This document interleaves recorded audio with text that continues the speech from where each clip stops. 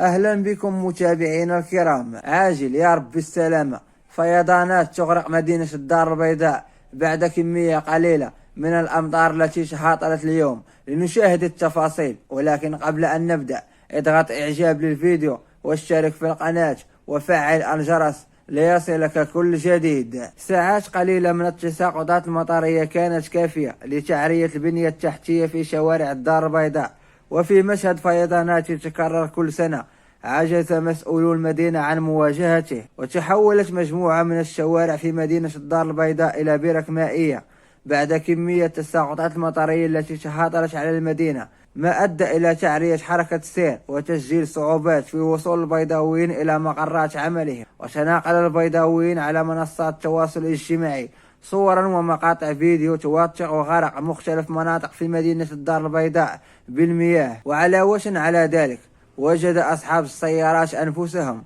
وسط معاناة حقيقية بعد بروز حفر عميقة منتشرة في أغلب شوارع مدينة الدار البيضاء. شكرا على المشاهدة. اضغط إعجاب للفيديو واشترك في القناة وفعل الجرس ليصلك كل جديد.